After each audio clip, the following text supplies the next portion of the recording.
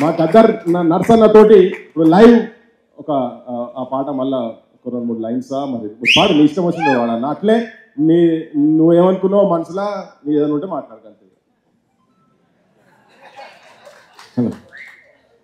విన్నారు కదా మన ముచ్చర్ల సత్తన్న దమ్ము ధైర్యం తెలంగాణ పౌరుషం ఎట్లుంటుందో. 1952లోనే ఆయన కలం నుంచి జారువారిన అక్షరాలని ఇన్ని సంవత్సరాల తర్వాత నా గొంతు నుండి పలికేటువంటి అదృష్టం కలగడమే నాకు చాలా సంతోషం అని కూడా ఈ సందర్భంగా మరొకసారి నేను గుర్తు చేస్తా ఉన్నా. ఆ లైన్ వినిపిస్తాను. పంచాయత్ వచ్చిందిరా పల్లోడ పల్లెకే విలువచ్చేరా. చప్పట్లు కొట్టాలి మీరు. పంచాయత్ వచ్చిందిరా పల్లోడ పల్లెకే విలువచ్చేరా పల్లోడ పల్లెకే విలువచ్చేరా. పట్టణాలకు పల్లె పోటీగా నిలవాలే. ఓ పట్టణాలకు పల్లె పోటీగా నిలవాలే. అభివృద్ధి పదములో ముందడుగులెయ్యాలే. కూలికే తిరుగొద్దురా పల్లోడ కూటికిక తిరుగొద్దురా పల్లోడ కూటికిక కరువొద్దురా.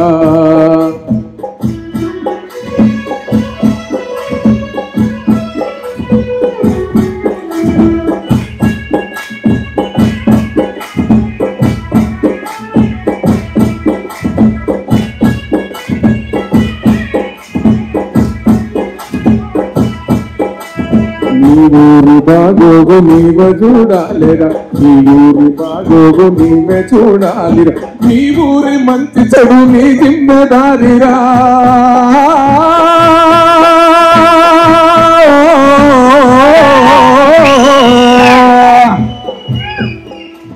నీ ఊరి బాగోగు నీవే చూడాలిరా. నీ ఊరి మంచి చెడు నీ జిమ్మెదారిరా. బాధ్యతే నీకొచ్చరా పల్లోడ భారీ హక్కే వచ్చరా పల్లోడ భారీ హక్కే వచ్చరా.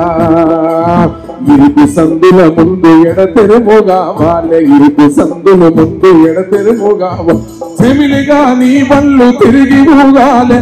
చెమిలిగా నీ బళ్ళు తిరిగి ఉరుకాలెరో.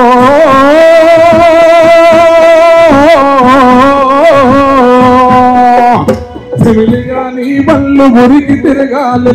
ఇరుకు ఇల్లే ఉండవో పల్లోడ మురికి ఇల్లే ఉండవో పల్లోడ మురికి ఇల్లే ఉండవో పల్లోడ మురికి ఇల్లే ఉండవా.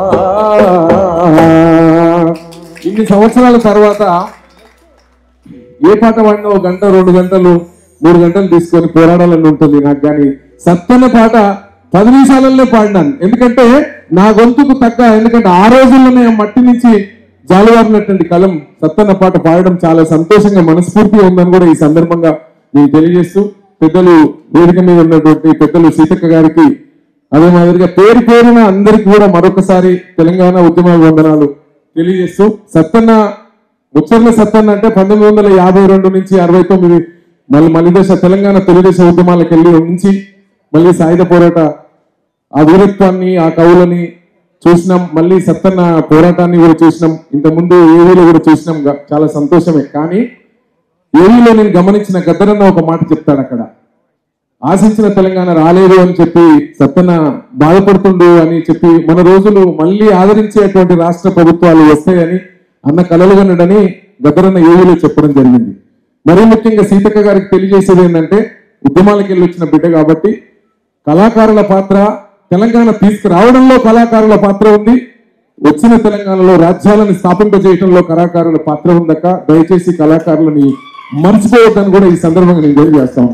ఈ వేదిక మీద ఉండబడినటువంటి వెనక సైడ్లో ఉన్న కళాకారులు ఆషమాయిషి కవులు కాదు, గాయకులు కాదు. వారు ఉస్మానియా క్యాంపస్ లో ఉద్యమాలు నడిపి తన గొంతుని, తన పెన్నుని, తన ప్రాణాన్ని తృణప్రాయంగా అర్పించడానికి మేము సిద్ధమని జై తెలంగాణ అంటేనే తెలంగాణ వచ్చింది. వచ్చిన తెలంగాణలో మన వాళ్ళు అందరూ కూడా గత పాలకులు ఉన్నారు, మనము ఉన్నారు, మీరు ఉన్నారు. నాకు నేను మరీ ముఖ్యంగా తెలియజేసేది ఏంటంటే, సత్తన్నను చూసిన తర్వాత సత్తన్న జీవితం అంతా పోరాటమే. సత్తన్నకు పుట్టిన బిడ్డ పొద్దు కూడా జీవితం అంతా పోరాటమే చేయాలన్నా నాకు చాలా బాధ అనిపిస్తుంది. సత్తన్న ఎప్పుడూ పోరాటమే, సచ్చే వరకు పోరాటమే చేసి ఈ లోకాన్ని విడిచి వెళ్ళిపోయాడు.